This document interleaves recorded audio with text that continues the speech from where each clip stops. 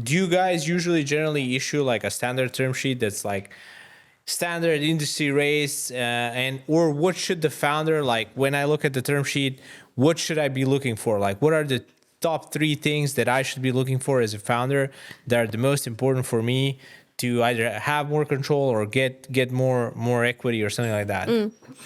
I think I'd start first by saying that all founders should become very familiar with the cap table.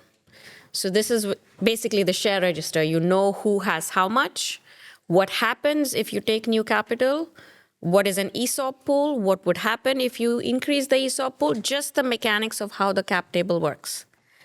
That's a starting point for everyone, because I think once you receive the term sheet, usually in our case, we do a simulation of the term sheet of the cap table and attach it at the end, saying this is what you told us your state of the company was, and if we invested in the company, this is what would happen.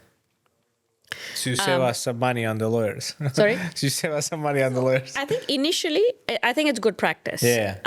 And from our standpoint, I think we think we are pretty standard, run-of-the-mill, nothing unusual. Terms, yeah. So at the seed stage, typically headline valuation. What is the valuation? Valuation of the company is 8 million. Next, you'll see how much money are we going to put in. It could be that, for example, Nauta says we're going to invest 1.5 million, but we're going to leave 500,000 open for somebody else to come in. Could be angels, could be a follower, something like that. That could be a discussion you've already had, or it could be that the deal works for them only if they put 1.5 million. Okay. From this, you guess roughly that the dilution in this round is about 20%. Skip to the cap table to make sure that you understand that new investor coming in, taking 20%, I'm going to be left with this.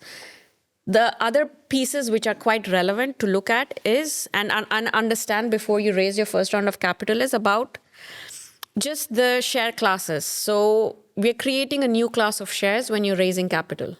What does it mean to have this preferred shares? Essentially, I mean, for the people who are sort of not familiar with it, I think that's something that's worth understanding a bit, because the VC is trying to protect themselves for the downside scenario. If you don't sell for that 8 million, you sell only for 3 or 4 million, the first money out of the company goes to the preferred shares. Whatever's left goes to the other shareholders. So what is the preference?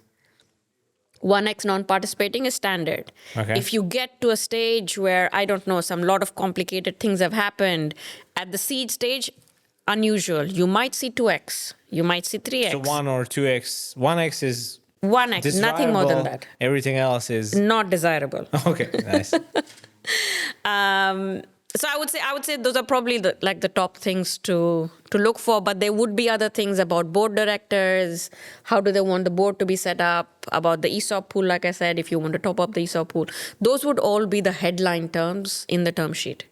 Yeah, the term sheet is not that many pages, right? There's more legal stuff coming afterwards, but essentially, if you agree on those terms, you basically go out and continue on the job, and that's when you can essentially, I guess, say the round is then finished.